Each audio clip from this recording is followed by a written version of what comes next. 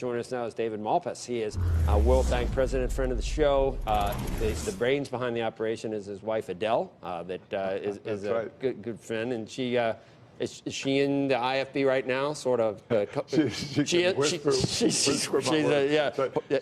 calm about Joe. Be calm. David, you were, I would say it's fair to say, kind of seen as a disruptor when you came to the World Bank, and your name was bandied about. Do you feel like you're cleaning up a bit of a mess, or you had some good stuff to start with, and it's moving forward in a positive way?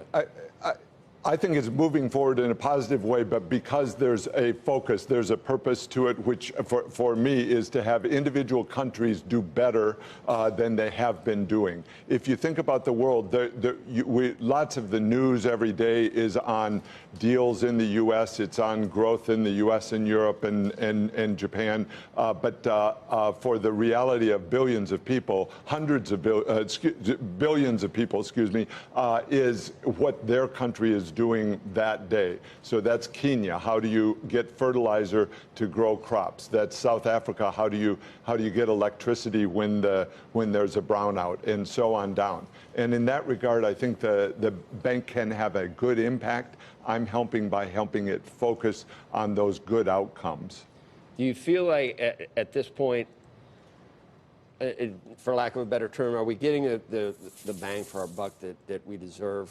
And I can't imagine every underdeveloped region of the world is ready for just a private sector partnership. There still must be places that just absolutely need help, just with medicine, food, shelter, water, whatever. That's right. So the World Bank does some of both. There's a private sector arm that tries to invest even in the most fragile states where there is a private sector partner. Also, it tries to identify changes in the climate that can make for a better private sector. So there's a full recognition that growth and profit, value added, has to come from some kind of private sector activity. But then in a lot of cases, the transfers still go to the governments. Now the question is, the issue is to try to get the governments to move as quickly as possible toward liberalizing markets, toward allowing people to have some freedom of pricing of the products they decide to produce, and also the type of jobs that they can get, meaning what kind of technical training is available or can they aspire to. David, you're a free market guy.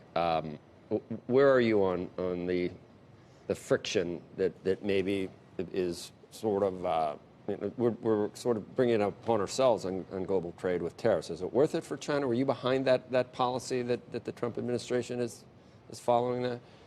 Well, I worked on China quite a bit, but I don't work on it now in the sense of tariffs. But I would say, China was moving in the 90s and in the 2000s toward market policies, toward liberalized pricing. I was there. I went often in the 90s, and they were liberalizing the pricing in one sector after another with huge economic gains that brought.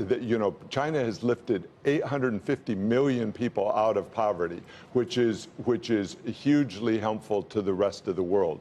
So that was a good trend. As we stand now, there are parts of their economy that are state-dominated, many parts that have subsidies, and so as they could compete fairly, that helps the rest of the world. Can I make one other point, Joe? Please. That when people talk a lot about international trade or tariffs, for most countries, the internal trade, the commerce that they have between businesses, between one town and another, is even more important than their international trade. So I'd like to see a lot of focus on how do you allow businesses to exchange goods and to complete a contract. That oftentimes is the critical thing in getting more growth. Kelly was just showing me where negative interest rates are around the world. What is happening? And you could have been on the Fed. You could have been like a Fed head at some point. Can you tell us? Still could be. Still could be. Where are we? What's going on? So one thing going on is prices are pretty stable around the world and inflation is pretty low, which invites investment. Do you can you tell us why? Yeah, so why is it innovation? Is it a savings glut? Is it demographics? Now, I do have strong views on that inflation usually comes from too much money. And so in the 70s, remember what the U.S. was doing was spending money both in the 60s on guns and butter, on military and on social programs at the same time. And so that was not a helpful, workable strategy. And that's different today? It is, with $22 trillion and with central banks and QE infinity and these low rates. It seems like we ought to have it. $1 deficits? Yeah, I mean, that sounds like it's ripe for inflation. Why are we here? I want to go to developing countries. A lot of them have made remarkable strides in stabilizing their own situation and bringing inflation down. And that's the building block for more investment. And so I think we can focus on that from central banks doing good jobs. You have the chance to create an environment that allows a lot of growth.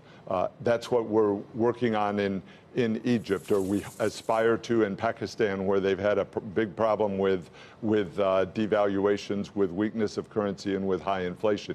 If you can break that spiral, then you can get a better life. India, think about that, of over 1 billion people that are operating with an actual currency that functions and that is dependable, somewhat dependable for the people. Those are big achievements. So the most important thing for the entire globe is growth. Are you optimistic that we're in a good growth environment? We have things set up well?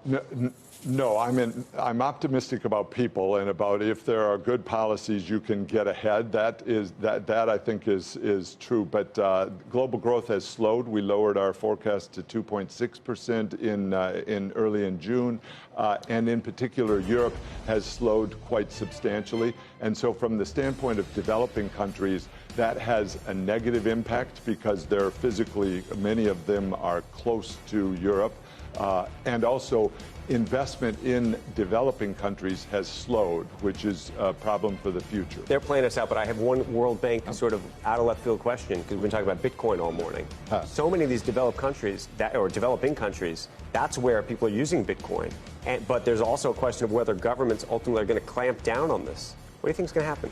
So also they're using mobile banking, and that's been a liberating factor for a lot of people. Right. And it depends on the different systems in different countries. If the governments allow it, you can get a lot of financial inclusion. What's your long-term handicapping of this? Because the one thing that countries have historically had a monopoly on is currency, and I don't know how quickly they're going to want to give that up. I'm not sure Bitcoin or blockchain is as important as the liberalization of an internal market that allows people to hold money of real value.